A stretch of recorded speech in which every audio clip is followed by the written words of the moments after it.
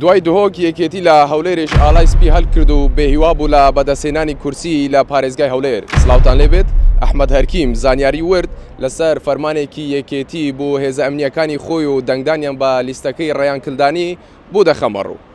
بە پێی زانیاریەکانی پایتەخت میدیا کە لە سەرچاوەیەکی باوەڕپێکراوە دەستمان کەوتووە، یەکێتی نیشتیمانی کوردستان دوای ئەوەی بێهیوا بوو لە بەدەستهێنانی کورسی لە بازنەی هەولێر بە فەرمی هێزە ئەمنیەکانی خۆی کە لە بنکەی ئەحمەدی خانی لە شاری هەولێر دەنگ دەدەن، ئاگادار کردوتەوە کە دەنگ بە کاندیدەکانی کۆتاکان بدەن و واز لە کاندیدەکانی یەکێتی بهێنن.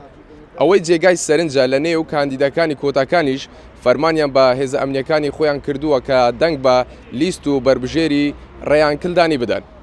ئەمە لە کاتێکدا کە یەکێتی لە بازنەی دهۆکیش بە هەمان شێوە داوای لە دەنگدەرەکانی کردووە کە دەنگ بە لیستەکەی ڕێیانکردانی بدەن. شەوی ڕابردوو لە تۆمارێکی ڤیددیۆیی سەرۆکی لیستی یەکێتی نیشتیمانی کوردستان لە پارێزگای دهۆک یاخود لە بازنەی دهۆک ڕایگەیاند کەوا پابەندی ئەو بڕیارە نابەجێ و دیراسەت نەکراوە نابێت کە مەبەست لێی بڕیاری سەرۆکی یەکێتیە بۆ دەنگدان بە ڕێیانکردانی و کاندیدەکانی.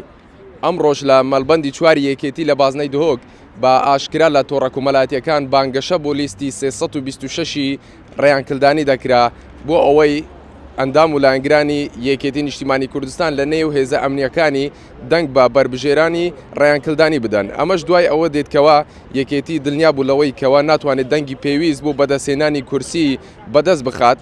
هەر ئەمەش وای کردووە کەوا ئەم بڕیارە بدات یاخود فەرمان بە هێزە ئەمنیەکانی خۆی بکات بۆ ئەوەی لە دەنگدانی تایبەت و تەنانەت لە دەنگدانی گشتیش بەشێک لە ئەندامانی خۆی دەنگ بە لیستەکەی ڕێیانکردانی بدەن بۆ ئەوەی بتوانن لەو ڕێەوە کورسیەک بەدەست بهێنن.